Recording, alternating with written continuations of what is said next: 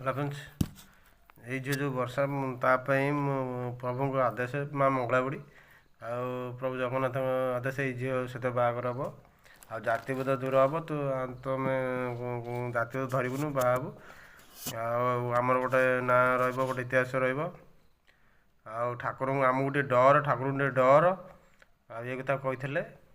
ମୁଁ ପରୀକ୍ଷା କରି ଜାଣିଥିଲି। ମୁଁ କହିଲି ଦେଖିବା ସେ ଝିଅ ତା ଆଡ଼ୁ ଆଗ ଭଲ ପାଉଛି ନାହିଁ। ଦେଖିଲେ ସତ ସେ ଭଲ ପାଇଲା। ବର୍ତ୍ତମାନ ତାର ଗୋଟେ ଦିନ ଆମେ ସତ୍ୟ ବି କରିଦେଇଥିଲୁ ଦିଅଙ୍କ ରାଣ ଖାଇକି। ବର୍ତ୍ତମାନ ସେ ଝିଅ ମୋ ସାହିରୁ ମୋର ଗୋଟେ ଖୁଡ଼ି କ'ଣ ଖରାପ କହିଛି, ଯାହାକି ଘରର କଳି କଥା ତା ବୋଉ କହିଥିବାରୁ ତା ବୋଉ ମୋତେ 200 ଫୁଟ ଦୂରରୁ ଥାଇକି ବକିଛି। ମୁଁ ବେପାର କରୁଥିଲି ଆଉ ମୁଁ ଆଉ ସେଠି କିଛି କହିଲିନି। ତାହେଲେ ଆମ ସାହିର ଆଉ ଗୋଟେ ଗୁଣିଆର ସ୍ତ୍ରୀ, ସିଏ ଯେଉଁ କଥା କହେ ଦେଖେଇକି ଲୋକଙ୍କୁ ମୋତେ କହେ, ମାନେ ମୋତେ ଦେଖେଇକି ଲୋକଙ୍କୁ କହେ। ବର୍ତ୍ତମାନ ସିଏ କଥା ତା ବୋଉ ବି ବକିଲା। ତାକୁ ପଠାଣ ଗୁଣିଆ ପାରନ୍ତିନି, ହିନ୍ଦୁ ଗୁଣିଆ ପାରନ୍ତିନି। ଆଉ ଏମିତିକା କହିଲା। ଆଉ ତୁ ତାକୁ ଭଲ ପାଇଛୁ ନା? ହଁ ମୁଁ ତାକୁ ଭଲ ପାଇଛି, ଝିଅ ବି କହିଛି।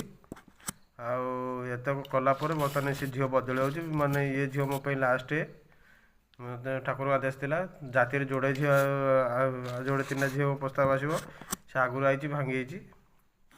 ଆଉ ମୋ ବିଷୟରେ କିଏ କ'ଣ ଖରାପ କହିଛି, କହିବାରୁ ଭାଙ୍ଗିଛି, ସେଇଟା ପ୍ରମାଣ ହେଇପାରୁନି।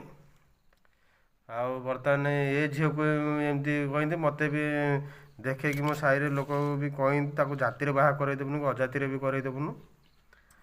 ଆଉ ଏଇମାନେ କହନ୍ତି ଇଏ ଖୁଡ଼ିକି ଇଏ ଗୁଣିଆ ସ୍ତ୍ରୀ। ଆଉ ବର୍ତ୍ତମାନ ତାକୁ କ'ଣ କହିଲା ପରେ ବର୍ତ୍ତମାନ ସେ ଝିଅ ଚେଞ୍ଜ ହେବାକୁ ବସିଛି।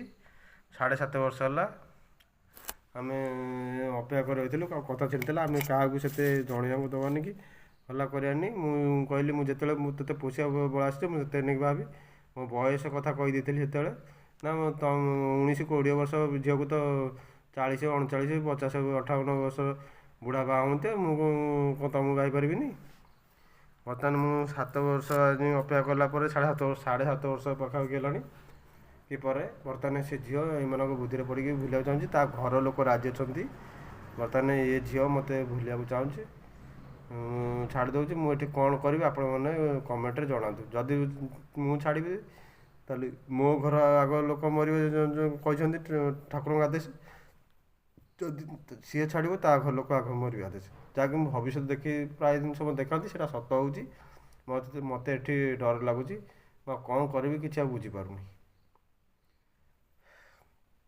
କେମିତି ତାକୁ ବୁଝେଇବି ମୁଁ ଆଉ କିଛି ବୁଝିପାରୁନି। ନେଇକି ଆଉ ଯେଉଁମାନେ କହନ୍ତି ମୁଁ ବେଳା ପଡ଼ିଲେ ମାନେ ତା ମାଆ କହିବ ମୋତେ କିଏ ତାକୁ କହିଲା ଯେ ମୋତେ ଏମିତି ପଠାଣ ଗୁଣିଆ ପାରୁନାହାନ୍ତି, ମୁଁ କାହାକୁ ଖରାପ ବ୍ୟବହାର କରିକି କରିଛି, କାହା ସହିତ ସମ୍ପର୍କ ଅଛି। ତା ମାଆକୁ ପଚାରିଲେ ସିଏ କହିବ, ଆଉ ସେ ଝିଅକୁ ପଚାରିଲେ ସିଏ କହିବ, ସେମାନଙ୍କ ନାଁ କହିବେ। ଆଉ ମୁଁ ଯେତିକି କଥା ଲୋକମାନଙ୍କ ମୋ ଆଖିରେ ଦେଖିଛି, ଲୋକଙ୍କଠୁ ଜାଣିଛି, ମୁଁ ଯେଉଁମାନେ ଏତକ କାମ କରନ୍ତି ମୋ ବିରୁଦ୍ଧରେ, ବର୍ତ୍ତମାନ ମୁଁ ସେମାନଙ୍କ ଷ୍ଟୋରି ଯେତିକି ଜାଣିଛି ସବୁ ଖୋଲିବି।